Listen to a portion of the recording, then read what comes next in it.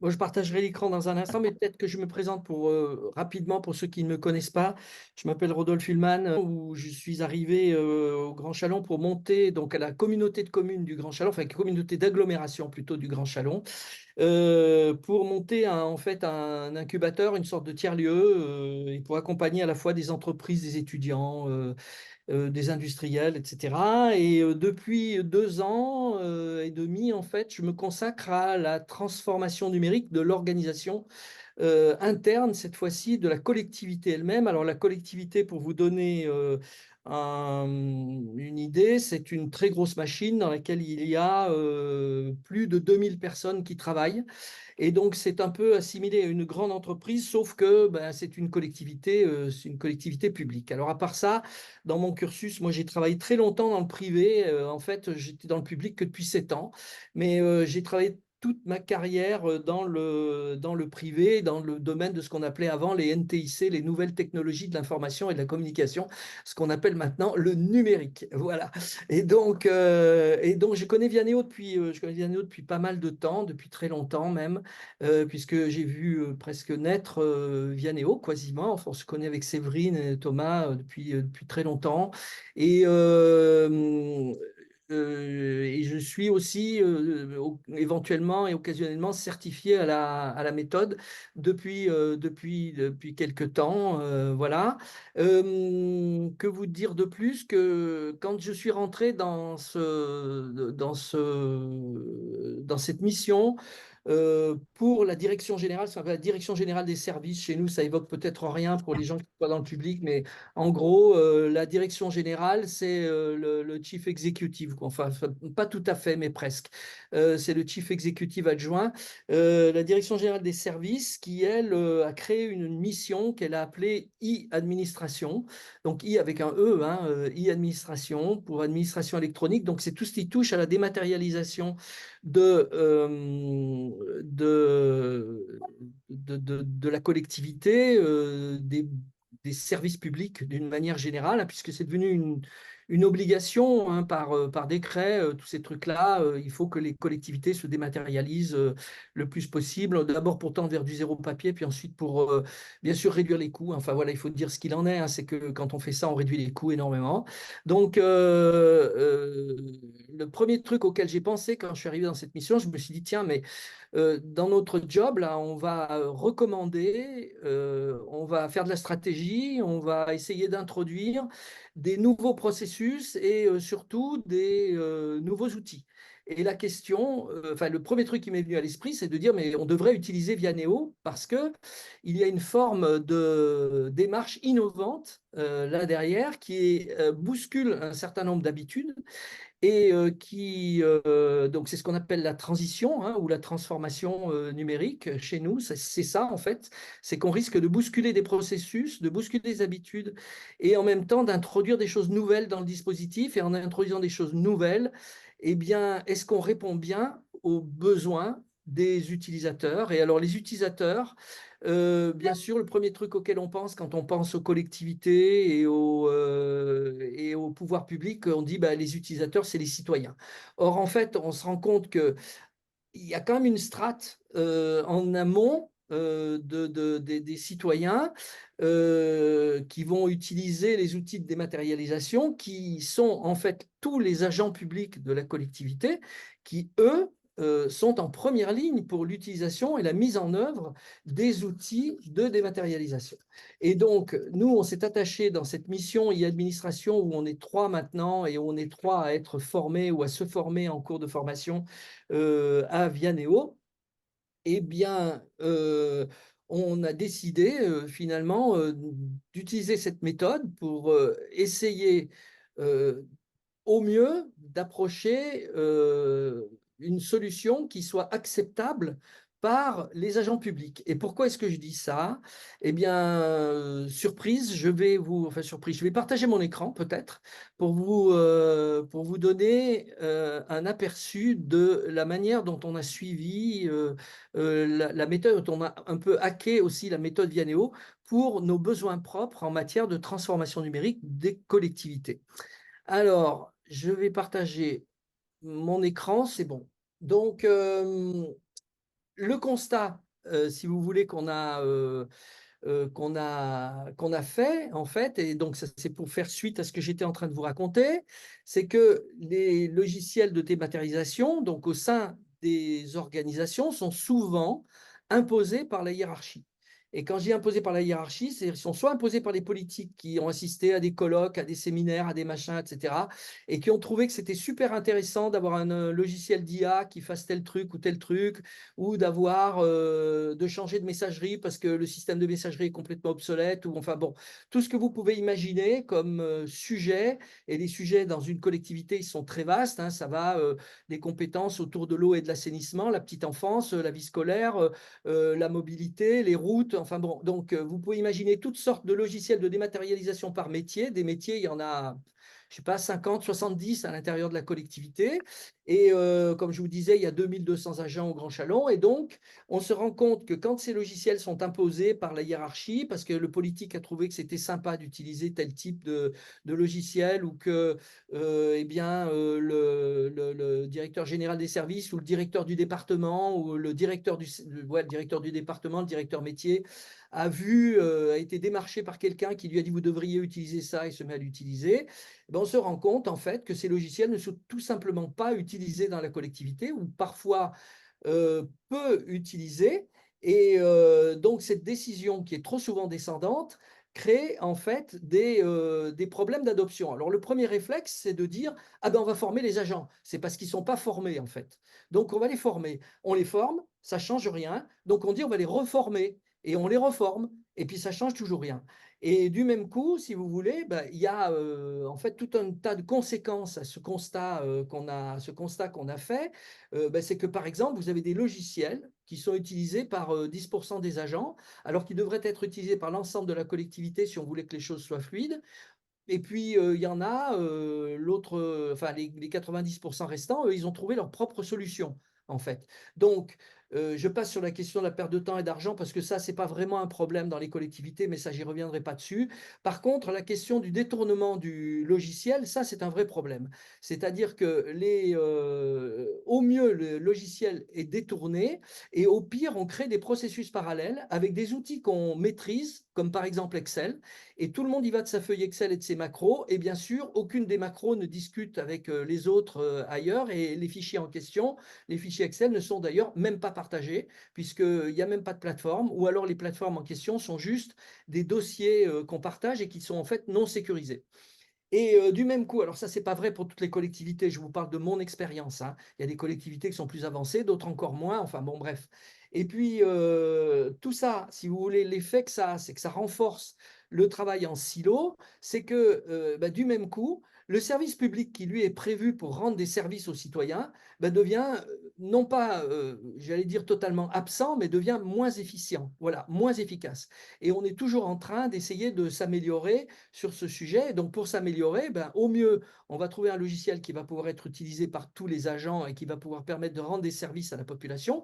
Au pire, eh ben, on continuera à utiliser les feuilles Excel, et puis ben, les citoyens seront plus ou moins satisfaits du service rendu. Et il y a un problème plus grave, c'est que comme on n'arrive pas à regrouper les données, en fait, et comme tous ces trucs-là sont incompatibles les uns avec les autres, on a un pilotage par la donnée qui, du même coup, n'est pas très efficace et qui est même parfois défaillant. Tous ces logiciels, comme je le disais tout à l'heure, sont incompatibles entre eux, donc ne discutent pas entre eux, donc ne permettent pas de partager de la donnée. Et du même coup, on ne peut pas faire d'analyse, et on peut pas mettre, on peut pas prendre de décision qui soit éclairée par la donnée. Or, c'est quand même un peu un problème de nos jours si on n'arrive pas à rassembler des données et à éclairer des décisions en utilisant la donnée. Tout ça, en plus, ça a une conséquence un peu idiote, c'est que ça freine la mise en service la mise en place de nouveaux outils de dématérialisation, parce qu'il y a forcément une partie de frustration par rapport aux outils existants et par rapport à la dématérialisation, et il y a forcément une partie, comment dirais-je, de crainte même, hein. Et donc, il y a un risque, il y a un très grand risque aujourd'hui à mettre en place des logiciels, de nouveaux logiciels de nouveaux logiciels de dématérialisation, de nouveaux logiciels métiers ou pas d'ailleurs, au sein de la collectivité, ou des logiciels transverses qui permettent de rassembler justement les informations qui sont dans les différents services. Alors, on s'est fait un peu notre Vianéo globale, et puis après, on est descendu dans le détail. Ce que je vais vous montrer tout à l'heure, c'est des choses euh, qu'on a fait en parlant du détail. Mais donc, on s'est fait notre Vianéo sur le problème, en tout cas, et puis on a essayé de s'assurer, voilà, de comment s'assurer, je vous le lis, hein, alors que les services que l'on conçoit, qui sont basés sur un nouvel outil informatique qui va dématérialiser une partie ou la totalité d'un processus interne, soient adoptés par une large majorité des agents publics concernés par le changement. Pourquoi? Parce que s'ils ne sont pas adoptés, eh bien, tout simplement, il y a toutes les conséquences que je viens de vous décrire. Voilà. Et donc, le premier réflexe que tout le monde a, c'est ah ben il n'y a qu'à, hein. Il n'y a qu'à impliquer les agents dans la conception des outils qu'ils auront à utiliser ou que le public utilisera. Oui, d'accord. Bon, mais comment on fait? Et c'est là où on a une double détente finalement sur le système Vianéo. On s'est dit, ben, en fait, on va utiliser Vianéo pour impliquer les agents publics d'une manière ou d'une autre. Donc, quand je dis qu'on s'est fait notre Vianéo, c'est que tout à l'heure, je vous parlerai du processus qu'on a suivi pour, euh, pour, pour j'allais dire, travailler sur ce problème-là, tel qu'il est exprimé là.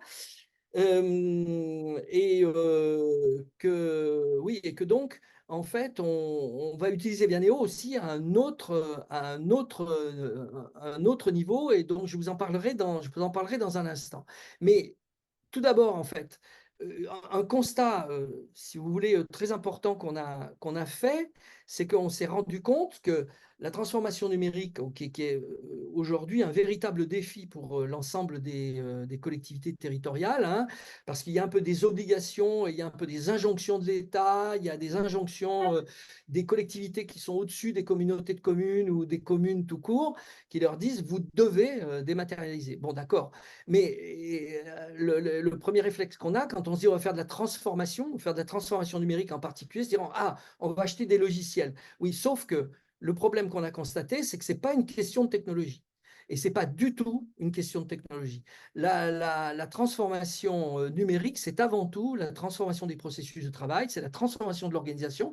Et ça, ce n'est pas des questions techniques. Ça, ce sont des questions que moi j'ai appelé politiques, en fait, dans le sens où elles impactent des écosystèmes avec des hommes à l'intérieur, des hommes, des femmes, enfin des humains, des êtres humains. Ce sont des organisations humaines qui vont être transformées. Et pour ça, il y a besoin d'une impulsion, à la fois d'une impulsion, d'une sorte de vision et d'un soutien permanent et d'un accompagnement permanent aux modifications et aux transformations des processus eux-mêmes. Et ce qu'on a constaté, c'est que donc, enfin, et là c'est l'application du principe Vianéo aussi, c'est que la conception de la solution numérique, donc de ses fonctionnalités, petit à petit, doit se faire avec les utilisateurs.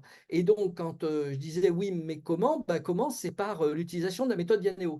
Et là, je vous ai mis un certain nombre de mots-clés, alors qui descendent aussi de la direction interministérielle de la transformation publique. Euh, donc la méthode Vianéo, là j'ai repris ce que vous voyez là, c'est une présentation que j'ai repris en fait que j'ai faite hier à la région Bourgogne-Franche-Comté pour leur expliquer comment nous, au Grand Chalon, on traitait justement cette question de transformation numérique.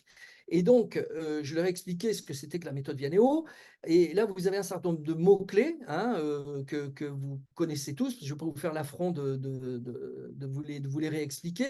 Mais ça, c'était pour dire que cette méthode qu'on applique dans le domaine public, elle vient du domaine privé, et qu'il y a des mots comme design thinking à l'intérieur, ou design de business model, incertitude, risque, etc., que l'on prend quand on introduit des innovations, d'expliquer pourquoi en fait c'était une innovation, parce qu'on introduisait quelque chose de nouveau dans un système existant, hein, et que l'introduction de l'innovation finalement dans ce système existant était source d'incertitude, source de risque, etc., et qu'il fallait prendre tout ça en compte d'une manière ou d'une autre. Sauf qu'on s'est rendu compte qu'on ne pouvait pas utiliser, quelqu'un nous l'a fait remarquer hier, je ne sais pas si ce n'est pas Laura qui était en ligne hier aussi, qui nous a fait remarquer ça, c'est qu'on ne peut pas utiliser des mots comme design thinking ou comme design de business model ou comme tout simplement innovation. Quelquefois, tout ça, c'est mal compris par les agents publics. Donc, il faut qu'on essaye d'une manière ou d'une autre de se mettre à leur niveau aussi avec le bon vocabulaire. Bon, voilà, ça c'était une anecdote, si vous voulez, mais c'est pour vous dire qu'on est obligé effectivement de hacker le système pour arriver à utiliser la méthode. Et donc là, je ne vais pas vous faire l'affront non plus de vous présenter les deux slides qui suivent parce que là, ce sont des choses que vous connaissez tous, mais qui m'ont servi d'explication justement aux autres collectivités pour leur dire, hein, la manière dont on s'y était pris dans la collectivité, à l'exception peut-être de la dernière ou le point 5, qui est la question de la viabilité, puisque nous, ce qu'on utilise, c'est effectivement le Vianéo non marchand, hein, où la valeur ajoutée, c'est quelle est la vraie valeur ajoutée pour les utilisateurs? Alors, les utilisateurs en question, ce sont les agents publics. Et j'insiste bien là-dessus. C'est-à-dire qu'on n'est pas en train de s'adresser aux citoyens, on pourrait, mais on n'est pas en train de s'adresser aux citoyens pour leur rendre des services publics améliorés ou je ne sais pas quoi. On est surtout en train d'essayer de s'assurer que les logiciels de dématérialisation, les logiciels qui permettent la dématérialisation, qui eux permettent le service public, seront bien adoptés par les gens qui vont les utiliser au quotidien, qui sont les agents publics. Voilà, ça c'est notre vraiment, et quelle est cette valeur ajoutée pour ces agents publics?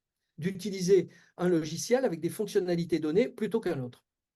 Alors, pour vous expliquer comment on a procédé, la manière dont on a procédé, c'est que quand vous avez vu le problème tout à l'heure que j'ai présenté, il est issu d'une série d'interviews. Alors, au Grand Chalon, on est devenus les champions de l'interview, hein. Alors, je ne sais pas s'il y en a d'autres qui sont bien capés là-dessus aussi, mais nous, on estime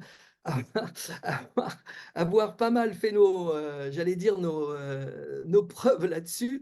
On a mené 45 rendez-vous. Alors, sur ces 45 rendez-vous, ça ne veut pas dire qu'il y a 45 interviews. En fait, il y en avait beaucoup plus que ça, parce qu'il y avait des interviews qu'on faisait en groupe ou que des groupes étaient divisés ensuite. Bon, enfin bref, tout ça pour vous dire qu'on a collecté à peu près 200 verbatim, et les verbatim en question, on les a rentrés dans une base de données, en fait, et une base de données qui nous a permis d'analyser tous les mots-clés aussi. Et la manière dont on a mené les interviews, c'est qu'on les a vraiment menées sous l'idée du caillou dans la chaussure. C'est quoi, vous, agents publics, les problèmes que vous rencontrez au quotidien pour avancer? C'est-à-dire que on sait que vous avancez, on sait que vous rendez le service, on sait que le service est même considéré comme bon, parfois, comme très bon parfois, mais on a l'impression, et c'est juste un sentiment, et on est allé le vérifier sur le terrain, que ce que vous faites, ben, c'est que vous avancez malgré le fait que vous avez mal aux pieds parce que ça fait mal de marcher. Voilà. Et on voudrait savoir pourquoi ça fait mal de marcher, et on voudrait savoir pourquoi, euh, et, quels sont les problèmes que vous rencontrez au quotidien dans le service public que vous rendez, ouais, et voilà. Et surtout, quelles sont les solutions alternatives que vous avez trouvées pour arriver à rendre ce service? Et c'est là où la feuille Excel reprend ses titres de noblesse, puisque tout le monde utilise les feuilles Excel en fait pour servir de base de données, pour servir de renseignement, enfin bon, etc., etc. Je vous passe le détail. Mais donc tout ça, dans la méthode qu'on a mis en place, si vous voulez, avant d'arriver à la méthode Vianéo, c'est le slide suivant. Et comment on a utilisé la méthode Vianéo pour travailler avec les agents publics dans la collectivité, c'est qu'il fallait qu'on fasse prioriser le nombre de sujets qu'on avait identifiés, parce qu'on a identifié 160 sujets différents qu'on pouvait traiter, qui généraient ou qui engendraient environ 130 opportunités de projets. C'est-à-dire qu'on pouvait construire 130 projets à partir de ces sujets qu'on avait identifiés avec les agents publics, qui étaient des cailloux dans la chaussure. Ces 160 sujets étaient rassemblés sous 13 thématiques et comprenaient 25 briques technologiques différentes. Ça allait de l'IA à la gestion électronique des documents, à la gestion de la relation usagère. Enfin, bon, je vous passe tous ces trucs-là. Il y a des tas d'acronymes qui ne vous diraient rien, parce que ce serait trop long de les commenter. Donc, il a fallu qu'on passe par un premier filtre quand même, qui était celui du comité de direction du Grand Chalon, et de dire au comité de direction, voilà, nous, on a identifié 13 thématiques. Quelles sont les thématiques que vous voulez qu'on traite en priorité? Et on a fait prioriser les thématiques en fonction de l'urgence des sujets à traiter, et en fonction effectivement de la remontée des problèmes que les directions elles-mêmes avaient de la part des agents, qui recoupaient aussi les verbatim, puis les sujets identifiés, puis les projets nous on avait aussi identifiés, et on est allé vers 5 thématiques majeures. Et derrière ces 5 thématiques majeures, puisque vous l'avez compris, derrière les 13 thématiques, il y avait 160 sujets identifiés. Donc derrière ces 5 thématiques, il y avait aussi toute une liste de sujets qui leur étaient rattachés et qui eux-mêmes étaient identifiés comme étant potentiellement des problèmes à résoudre. Voilà. Et donc, la manière dont on a travaillé, et ça c'est le slide suivant, c'est celle-ci, c'est-à-dire qu'à partir d'un projet qu'on prend, comment est-ce qu'on fait? Et là, on va regarder la ligne du haut d'abord. on prend une casquette, nous qui sommes chargés de mission en administration électronique, hein, en dématérialisation, qu'est-ce qu'on fait? On prend une casquette d'animateur et on crée des groupes de travail avec des agents publics. Et des groupes de travail d'agents donc, qui ont un problème à résoudre.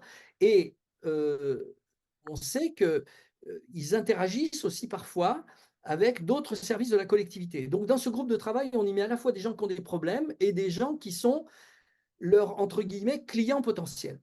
Voilà, clients internes potentiels, hein, je précise bien. Et donc, avec ces gens-là, et en tant qu'animateur de groupe de travail, on va qualifier la question du problème à résoudre. On va se mettre d'accord tous ensemble sur le problème à résoudre et on va rédiger le problème comme on le fait dans Vianéo, après avoir fait le constat aussi qu'on rédige ensemble.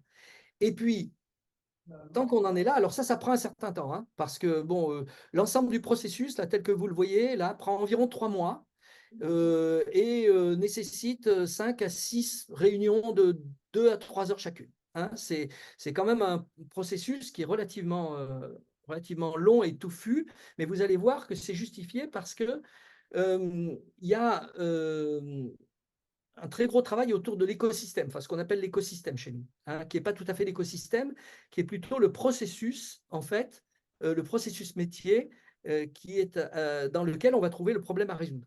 Alors, avec ce groupe de travail, toujours sur la ligne du haut, on va qualifier les demandeurs.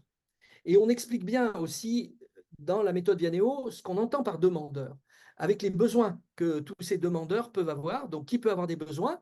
Quels sont les demandeurs? Et là, de bien les catégoriser de manière homogène, hein, essayer de, de, de les identifier, et puis ensuite, en tant que groupe, et puis ensuite de les identifier intuitu personné, c'est-à-dire de prendre des représentants dans chaque groupe et de dire, voilà, tu devrais aller interviewer directement un tel, une telle, etc.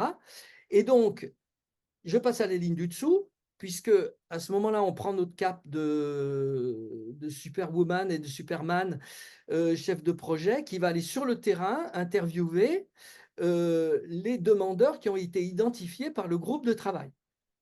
Et là, on se coltine à nouveau toute une série d'interviews.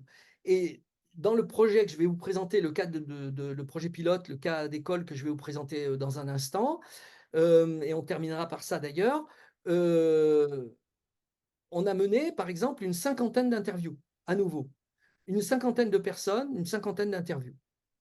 Derrière, on identifie les besoins par rapport à cela. Et ces besoins, on les fait remonter au groupe de travail. On commence à remplir, nous, en tant que chef de projet, la matrice besoin-demandeur. Et cette matrice besoin-demandeur, on la présente au groupe de travail. Et on va remplir les cases avec le groupe de travail. Et donc là, on reprend notre casquette d'animateur pour leur dire qu'est-ce que vous estimez être l'importance de tel ou tel besoin pour tel ou tel demandeur. Donc ça, on le qualifie avec le groupe de travail lui-même et donc avec les agents publics. Derrière, on reprend notre casquette de chef de projet. Une fois qu'on a fait tout ça, j'allais sauter une étape importante, c'est qu'on travaille ensuite, une fois qu'on a travaillé sur la matrice besoin-demandeur, sur la droite, vous avez la question du processus métier. C'est-à-dire, nous, ce qu'on appelle l'écosystème, c'est la manière dont on va décrire le processus métier dans lequel les agents publics sont impliqués. Puisque à l'intérieur même de l'organisation, il y a un service qui, lui, a un problème à résoudre, mais ce service, il n'est pas tout seul au milieu de l'organisation. Il interagit avec un grand nombre d'autres services parfois, et tout ça, ça crée des processus qui sont parfois extrêmement complexes. Et c'est ça qu'on décrit avec eux, et ça prend du temps aussi pour le décrire avec eux. Et vous verrez que les matrices, par exemple, besoins-demandeurs, sont des matrices très impressionnantes qui sont de 12 par 12, de 12 par 13. Et ça, c'est des matrices qui sont déjà réduites qu'on a déjà réduit. On avait d'ailleurs impliqué Pascaline à un moment donné pour qu'elle nous aide à réduire les matrices, mais parce que sinon on aurait eu des matrices de 25 par 25, ça devenait ingérable. Et là, déjà 12 par 12, vous voyez, quand vous avez 150 cases à remplir, ça commence à faire beaucoup. Et les processus métiers, je vais vous le présenter dans un instant aussi, vous allez voir que ça peut être très compliqué. Donc à partir de là, une fois qu'on a validé le processus métier avec les agents publics, une fois qu'on a validé la matrice besoin demandeur, nous, on reprend notre casquette de chef de projet, on dit, ben, nous, on a des solutions, parce que notre métier consiste aussi à explorer toutes les solutions techniques, et dire, on a des solutions, on va vous en proposer un certain nombre, avec des fonctionnalités. Et là, on revient vers le groupe de travail, et donc, après avoir proposé, on leur propose une matrice fonctionnalité besoin, et on valide avec eux que les besoins, enfin, que les fonctionnalités pardon, correspondent bien aux besoins qui ont été exprimés par l'ensemble des agents, et des fois, on a des surprises. Voilà.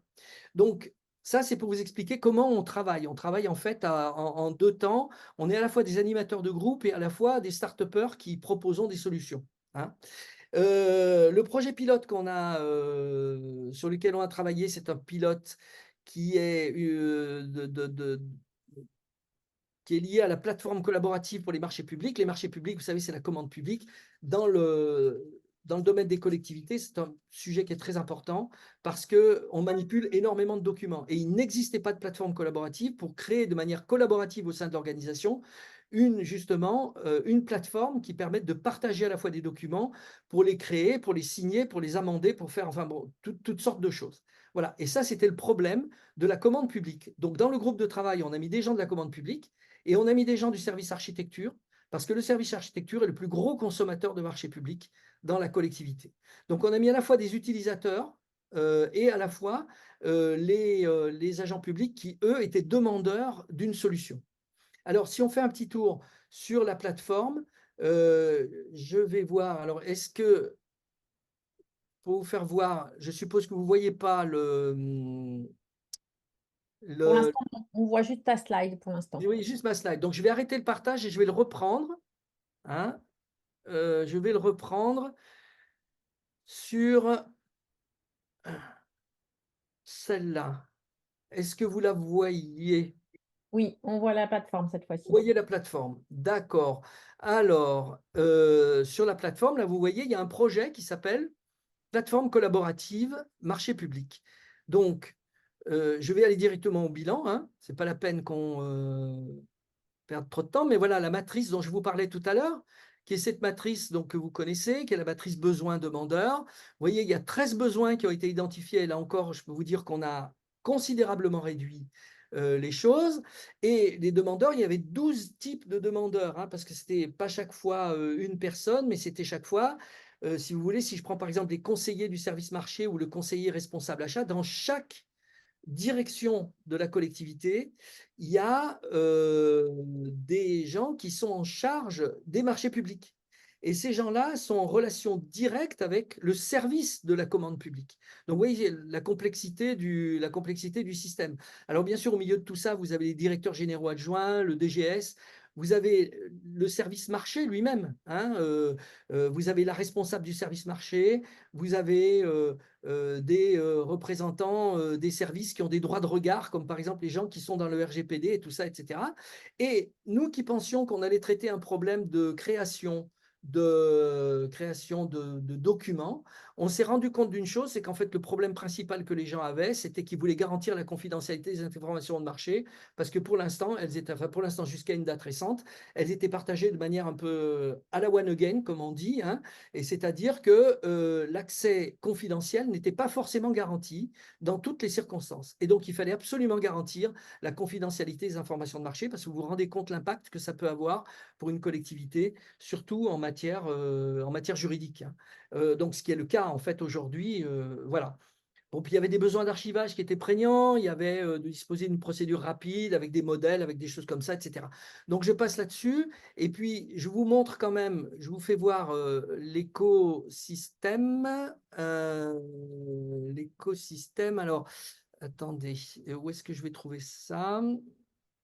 Voilà, la carte du réseau de valeur. Alors, la carte du réseau de valeur, pour nous, c'est en fait comment dire, c'est en fait le processus suivi par le marché public dans la collectivité.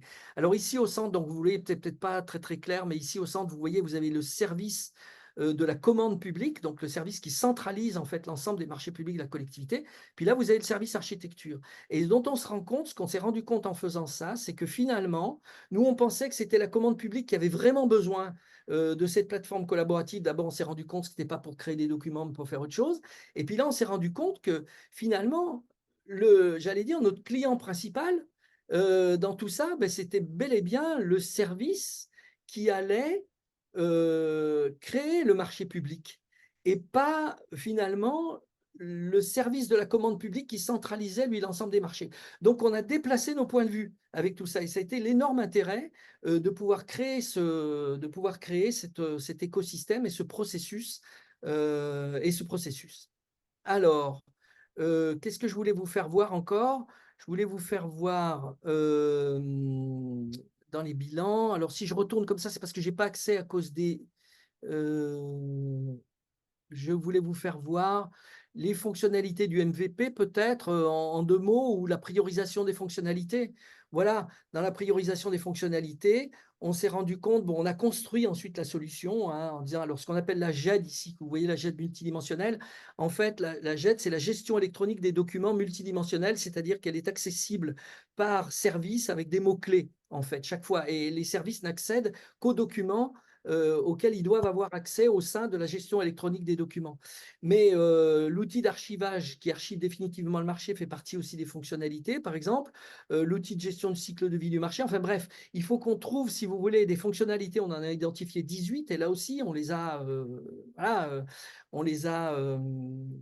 réduites parce qu'on les a rassemblées et on a essayé de faire comprendre en présentant ça aux agents publics et aux groupes de travail qu'on couvrait l'ensemble de leurs besoins. Donc voilà un peu ce que je voulais partager avec vous aujourd'hui par rapport à cet usage qu'on a fait de la plateforme Vianeo. Alors par ailleurs, bon, moi j'arrête pas d'utiliser aussi la plateforme et en tout cas la méthodologie pour accompagner les entreprises, puisque à côté de ça, j'accompagne aussi les entreprises. Donc voilà, on ne fait pas que ça avec la méthode Vianeo, mais on a trouvé que c'était extrêmement intéressant pour l'ensemble des projets. Et dans les pipelines, là, on a aujourd'hui 6 à 8 projets encore derrière qui attendent d'être traités de cette manière-là. Voilà. Bon, je vais arrêter le partage peut-être, enfin, à moins que vous vouliez que je le laisse comme Ouais, ça.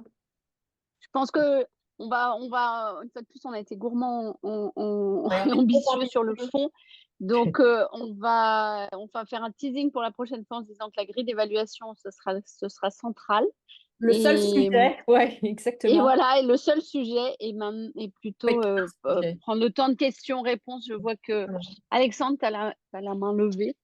Ouais, ouais. Merci en tout cas, c'est hyper complet, concret et une belle application originale. Ouais, merci Alexandre. beaucoup, Rodolphe, c'est hyper intéressant. Alors, comme je viens un petit peu de la transformation numérique, il y a plein de choses qui ont fait tilt de mon côté.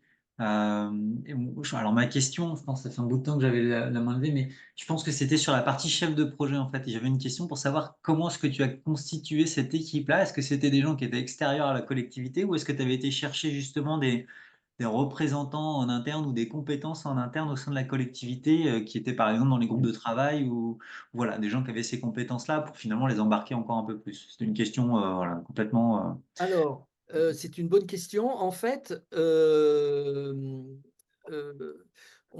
bon, je vous fais un petit historique très rapide. En fait, moi, j'ai rejoint le Grand Chalon pour monter un incubateur. Donc, j'ai monté l'incubateur en question, puis au bout de 4 ans, 4-5 ans, il y a eu des élections à nouveau, il y a eu le Covid, enfin bon, tous ces trucs-là, les priorités ont changé, on a changé d'idée sur ce qu'on voulait faire de l'incubateur, on voulait plus faire donc moi, je me suis retrouvé à me dire en fait en gros qu'est-ce que je vais faire. Donc je suis allé trouver le directeur général du service des services, puisque c'était mon boss en fait, pour lui parler de transformation numérique. Et c'est là où il m'a dit, ah ben oui, justement, c'est un sujet. Et justement, il y a quelqu'un qui travaille dans la collectivité, mais dont moi, j'avais jamais entendu parler. Enfin bon, on est 2200, mais quand même, quoi. Qui s'occupe de gestion de la relation citoyen. Donc, est-ce que tu veux pas travailler avec lui pour… Et donc, du coup, on a monté cette mission e-administration à 2. On a embauché une 3e personne par la suite. Et quand on a dit ce serait peut-être intéressant qu'on se fasse aider par justement par des externes sur le sujet. On a dit non, non, pas question.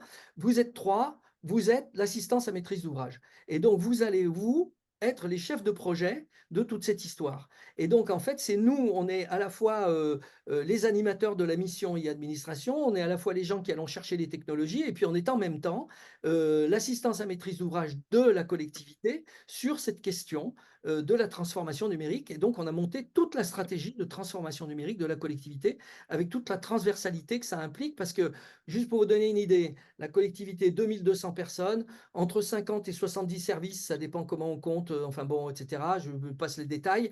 Et puis environ 120 à 140, là aussi ça dépend sous quel angle on les regarde, logiciels métiers différents. Donc je ne sais pas si vous vous rendez compte ce que ça veut dire. Ça veut dire que chaque service se balade avec 2 logiciels métiers. L'équivalent de 2 logiciels métiers. Alors, ce n'est pas tout à fait vrai. Il y en a qui en ont 0, il y en a qui en ont 5. Hein, et ça, en plus, par-dessus, il y a les feuilles Excel avec toutes les macros derrière. Voilà. Donc, pour répondre à ta question, Alexandre, en fait, on est nos propres assistants à maîtrise d'ouvrage. Moi, Catherine, ah, faut lever la Oui, main, oui, Thomas. je l'ai fait, mais manuellement, mais je vais faire vraiment. Oui, merci pour cette présentation. C'est plutôt une remarque, une question, parce que ça m'a éclairé et j'ai reconnu plein de choses dans ce que tu as présenté. Moi, j'accompagne c'est pas du public, mais presque, c'est une association de médecine de santé au travail, hein, de prévention au travail. Et du coup, avec l'histoire des logiciels qui vont dans tous les sens, effectivement, dans chaque service, il y en a moins, mais c'est comme ça, où effectivement, on met un logiciel au lieu de traiter des problématiques d'organisation. Et du coup, ils ont développé un outil CRM qui est en fonction, mais qui n'est pas utilisé depuis 2 ans. Et on se demande pourquoi, et voilà, où chacun dit oui, c'est bien cet outil, mais moi, pas pour mon service, je vais prendre autre chose, etc. Donc, c'était problématique et connais bien. Et ce qui m'a éclairé dans ta présentation, c'est que j'avais jamais imaginé, ça fait 2 ans que je suis sur le sujet et pourtant je baigne dans Vianéo le matin, le midi et le soir, que j'avais jamais pensé utiliser Vianéo pour résoudre ça, et que probablement je vais repenser le projet autrement et que je vais essayer de. Alors, je ne sais pas si j'arriverai à le passer comme tu l'as fait là, mais en tout cas, ça me donne un éclairage et des idées pour repenser ce projet-là qui patauge et qui n'avance en rien à cause exactement de toutes les problématiques que tu as montrées tout de suite. Donc, merci pour cet éclairage. Je t'en prie, si tu veux qu'on en parle en off, après, on pourra en parler en off. N'hésite pas à Avec m'appeler. plaisir, je te contacterai probablement. Oui, on fera Pas ça. de souci, Catherine, quand tu veux. Merci beaucoup. Juste avant que tu passes la parole, Thomas, si, je ne sais pas si tes slides, tu peux les partager. Ou, Ah oui, bien sûr, oui, oui, ah, bah, alors oui, super. ouais, parce que je les ai plus ou moins anonymisés, quoi. Donc voilà, parce que bon, en tant qu'agent public, on est plus ou moins aussi soumis au devoir de Ouais. réserve, enfin, bon, etc., blablabla. Donc, faut pas que ça sorte de la visio de Vianéo. Thomas, ouais, t'avais une question. En, en fait, enfin, ce que fait Vianéo, c'est ni plus ni moins que l'alignement entre un besoin et une offre. Alors, on l'applique au marché dans le cadre de développement de projets innovants, etc. Mais effectivement, c'est évident ce que tu viens de décrire et je vois tout le sens que ça peut donner. Alors, j'avais 2 questions que j'ai mises dans le chat. Du coup, au début de ta présentation, tu as évoqué le problème auquel tu étais confronté, donc la mauvaise ou la non-appropriation d'outils. Mais il y a pas des trucs qui existent déjà ou comment ils font les gens jusqu'à présent ou comment ils faisaient pour essayer de faire en sorte qu'il n'y ait pas cette gabegie de non-appropriation? Alors, en fait, la non-appropriation, elle n'est pas vraie sur tous les sujets. C'est-à-dire que, bon, si je prends. Bon, tant pis, je vais donner des exemples. La question du courrier, par exemple, et des logiciels de gestion de courrier. Le courrier, c'est quelque chose de très important dans une collectivité parce qu'on écrit au maire, on écrit au président, on écrit, bon, voilà. Et on écrit avec du papier, on écrit avec des emails, on n'envoie pas encore de texto ni de WhatsApp, mais ça pourrait être ça. Voilà, où on se déplace en mairie pour s'adresser dans toute cette question du courrier et des réponses officielles qui sont fournies. Il y a un logiciel qui est supposé être utilisé par toute la collectivité, par tous les agents en tout cas les assistantes des services dans la collectivité, ce qui fait un nombre considérable de personnes qui sont supposées être en capacité d'utiliser. Eh bien, ce logiciel courrier, il est utilisé par 10-20% des assistantes. Les autres ont refait leur logiciel courrier avec une feuille Excel. C'est-à-dire que toutes les entrées des courriers, les sorties de courrier, etc., elles les notent elles-mêmes sur une feuille Excel. Et bien sûr, toute cette information n'est disponible qu'à l'intérieur du service et elle n'est pas disponible ailleurs. Voilà. C'est Donc, partagé. par contre, si tu prends la question du service finance et des finances, on dispose d'un logiciel qui sort de chez Inetum, Inetum qui est un très grand éditeur, qui s'appelle Astre. Et Astre, ce logiciel, ben, il est de force utilisé par tout le monde dans la collectivité. Parce que alors là, pour le coup, si tu ne l'utilises pas, tu te fais taper sur... Enfin bon, voilà quoi. Donc, tu es obligé de l'utiliser. Et puis de toute façon, si tu as besoin d'un budget, si tu as besoin de dégager de l'argent pour ta propre activité, tu es obligé d'utiliser le logiciel Astre. Donc, quand il y a des contraintes, peu importe que le logiciel soit convivial ou pas, on s'en fout, tu l'utilises. Voilà. Donc, il y a des logiciels qui sont utilisés par tout le monde parce que eh ben, c'est comme ça. Hein. Si vous ne les utilisez pas, vous n'aurez pas vos budgets, vous n'aurez pas vos ressources, vous n'aurez pas ci, vous n'aurez pas ça. Donc, tu es obligé de les utiliser, quelle que soit la convivialité du logiciel. Bon, voilà. Et quelle que soit sa compatibilité avec les autres logiciels de la collectivité. Et puis, il y en a où il n'y a pas d'obligation. Et en général, ceux sur lesquels il n'y a pas d'obligation, ben, si ça te plaît, tu l'utilises. Si ça ne te plaît pas, tu ne l'utilises pas. Voilà. Et Comment est-ce qu'ils faisaient avant pour essayer, enfin, les gens qui essaient d'implémenter ces logiciels, enfin, ces nouveaux outils, comment est-ce qu'ils faisaient pour faire en sorte que les gens se l'approprient? Ils ne faisaient pas, ben, il y avait aucune démarche? c'est ce que je te disais tout à l'heure, ils Ouais, faisaient des formations. formation. Il dit, ah ben, on va faire des formations. Alors, on forme les assistantes. Et puis, chaque fois qu'il y a Ouais. une nouvelle, c'est sur le courrier, par exemple, chaque fois qu'il y a une assistante qui rentre, hop, surtout, on l'attrape, on lui dit, tiens, viens te former. Et puis, ben, l'assistante qui est là, soit il trouve effectivement que ça répond aux besoins qu'il a au quotidien avec son service, soit ça ne répond pas. À ce moment-là, il va se faire sa feuille Excel. Et puis, Il a surtout, divergé. il va aller parler aux copines ou aux copains et leur dire, comment tu fais, toi? Et ah ben moi, je me suis créé mon propre registre d'entrée et de sortie des courriers. Tu Et il vois? n'y avait Voilà. pas, il y avait pas déjà cette démarche que tu as, utilisée d'essayer de comprendre quels étaient les besoins. Jamais. Non, alors on a conscience qu'il faut interroger les besoins. Tout le monde en a Ouais. conscience. Le directeur général des services en premier, sauf que personne ne le fait.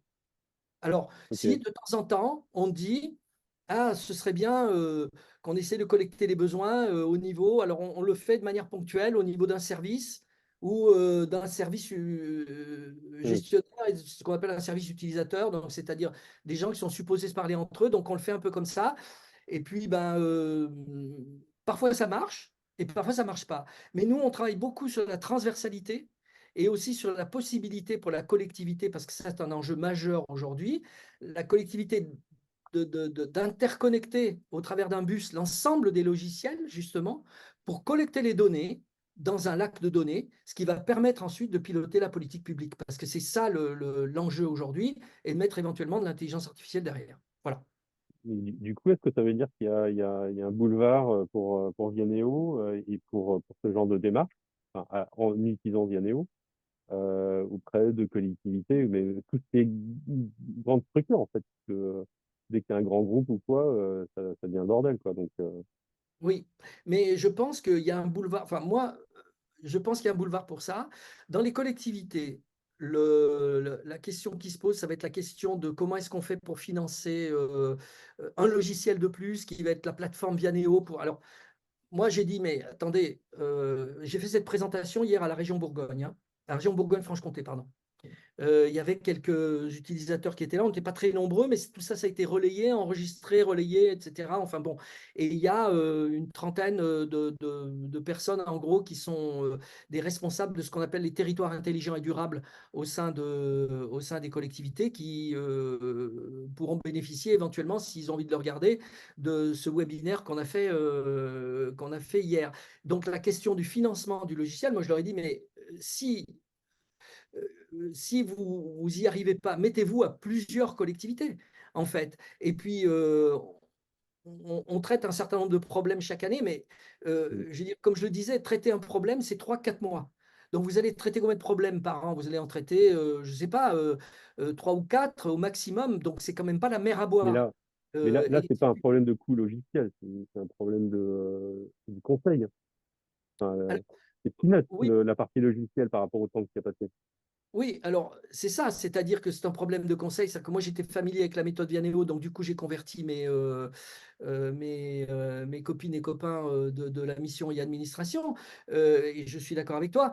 Mais la solution, c'est peut-être que ces gens-là se forment chez Vianeo, Mhm. d'abord, hein, s'il y a 2 ou 3 collectivités qui se mettent ensemble pour acheter une plateforme Vianeo, ben, qu'elles envoient au moins une personne ou 2 se former à la méthode. Ça, c'est une autre solution. Puis l'autre solution, c'est que moi, ben, dans un mois, de toute façon, je suis plus au Grand Chalon.